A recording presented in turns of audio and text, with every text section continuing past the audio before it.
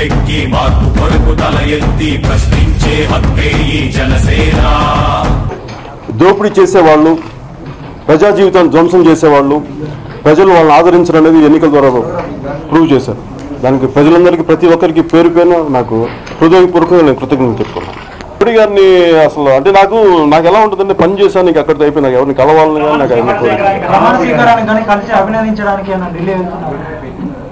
అంటే నా పని నేను చేశాను. నాకు ఇప్పుడు వెళ్ళి నాకు అర్జెంట్గా ఫోటోలు తీయించుకోవాలని కానీ